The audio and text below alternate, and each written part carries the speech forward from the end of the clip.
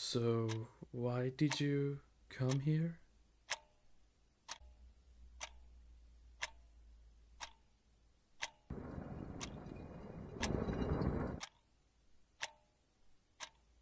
No, mate, I'm not going to play it. Like, I appreciate the visit, I truly do, but...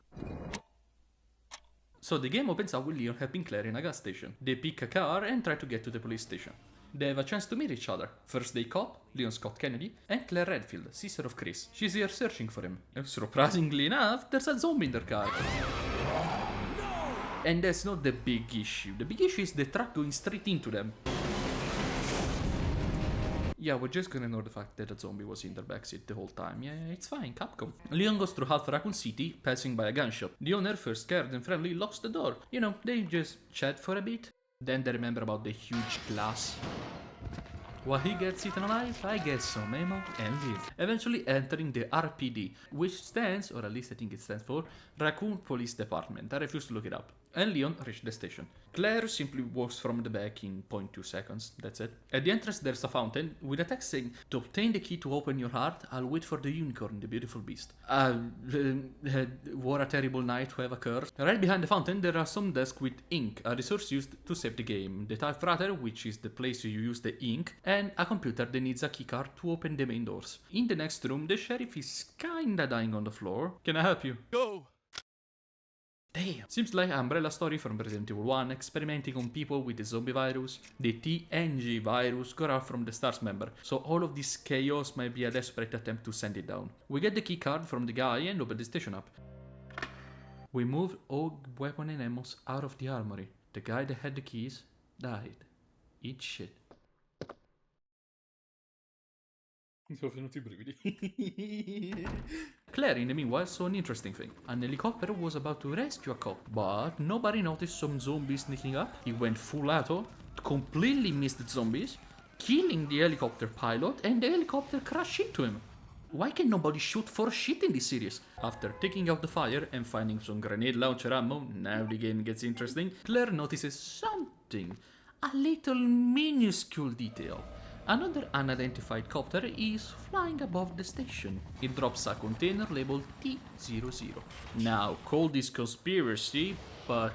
Tyrant? Of course this thing is a menace.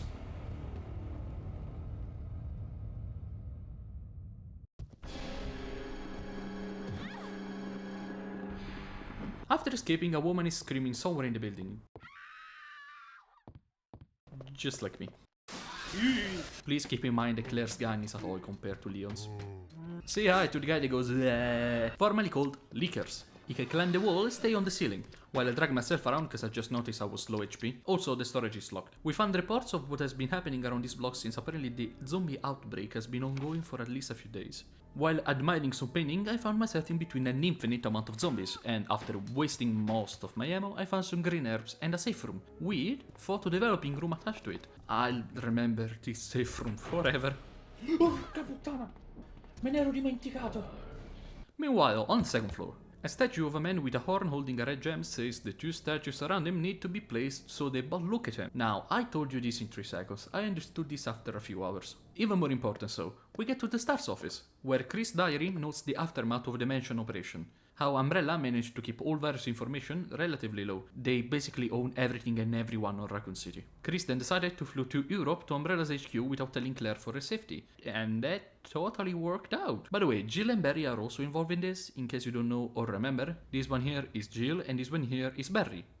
I think. The other do not matter right now, mostly because they're either dead or not in the photo. As for Leon and Claire, he gives her a radio to stay in contact, and gets the medallion for the fountain. Respectively, Leon's finds a shotgun in the locker and Claire's a bowgun. Just now, our documents arrive from Chris' private investigator. While the researches regarding the viruses aren't going anywhere, a certain level of attention is suggested for Chief Iron. He received a ton of money from Umbrella, possibly to cover the story up, and he was convicted of rape twice during his university years. Not punished given some weird circumstances, but I'm sure he regretted his doing. Yeah, by the way, there's also a kid in the station. When Leon placed the medallion in the statue, the key to the storage drops. And after finally entering it, I can get a crank. This is the reason why this game has so many resources. And it's not like Claire is having fun either. After I get my way through the left wing of the station with Leon, I find my first red herb, which just amps up the effect of normal herbs when mixed together. Move to the office for a shift that I know the code of. No, I don't remember where I found the code and I'm going to search in 15 hours of... After running around for half an hour, I randomly pick lock at a drawer that had a mod for Leon's gun that makes it go brrr. A small map on the wall tells me how to move these libraries, and I get rewarded a small plug. Chest themed. Huh? Claire lights the fireplace up, burning painting, and a red gem falls out of it. Then, plastic explosive, and right after that, the detonator, just to blow up the door where we heard the scream coming for the climax of the scene. Esatto, sono stato io. Is Iron, the rapist. Did you kill her? Yes. Did you? No. Why did you yet? What? It's actually kinda creepy how he talks about her beauty and shit after he killed her, which, mind you, he says she was infected. There are no proofs of that. Chef's diary, let's see if he's actually a bad person. I was rock hard while killing people. Okay, he is. After a small break to explore the underground levels, we learn something about the kid. Cherry is here because she disobeyed her parents, and maybe you think her parents didn't notice. Well, technically, yes, but her parents are here. It's funny how you can barely see her moving the boxes because they're so much bigger than her. Holy shit, this kid is fucking ripped. She finds the key and throws it at Claire. With grenades, just as a plus. Talking about grenades. I unlock the armory, loot as much as possible, just then reach the prison cells and find a dead man. Who's this guy? Well, boss. Oh. I don't need to introduce her, she's Ada Wong. She's looking for a locked up guy named Ben. He's alive. Still, the situation is pretty chill to this point. We go to the sewers to get some stuff, find the chest team lock where I need to put my chest in plugs. Leon helps Ada crawl to the other side of a gate, and it's here I notice a picture of her and a man in her inventory. That's a relevant information. Her gameplay is identical to Cherry's, so there is nothing to go over. Ignoring the ambush, Leon finally accesses the armory and finds a machine gun. And after not even a minute, I find a magnum. Cool stuff. Took my sweet time to develop a new photo, a woman turned into a zombie with an explanation. In the clock tower, yes there's a clock tower, Leo fixes the clock and then opens up a passage that then drops down to the cells. Just in time for Ben to be impregnated alien style by a huge... and when I say alien style, I mean it. After this apparently not so shaky event, Leon tells Claire to meet him in the sewers. Meanwhile, Claire...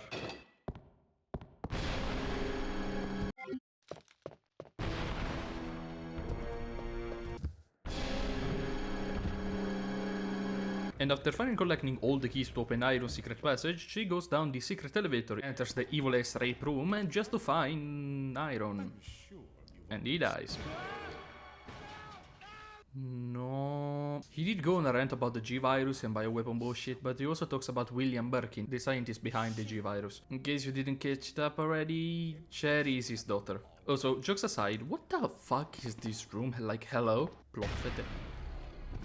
And with the genre-defining survival instinct, Claire goes down. That's William, and his attack stuns, and this one here one-shots. Second time around I pick all the heavy stuff I had remaining.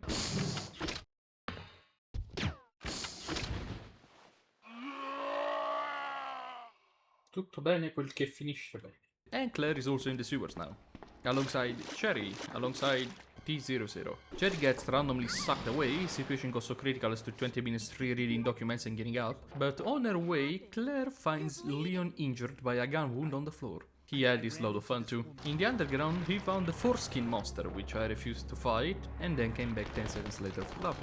This is the part of the game where I wanted to set myself on fire. It is not the first time I lost my direction and wasted half an hour running around, which, you know, is boring, but whatever, happens. Then, randomly, my controller started phasing between space and time, my interaction button didn't work anymore, B became A, the movement broke down completely and I just couldn't move. This is such a good part. Leon, and so Ada, reach the sewers as well and they partake in a jolly cooperation. There's another woman down here. Ada promptly chases her down, Leon takes a bullet for her, astonished by this selfless act, she leaves him there to eat shit.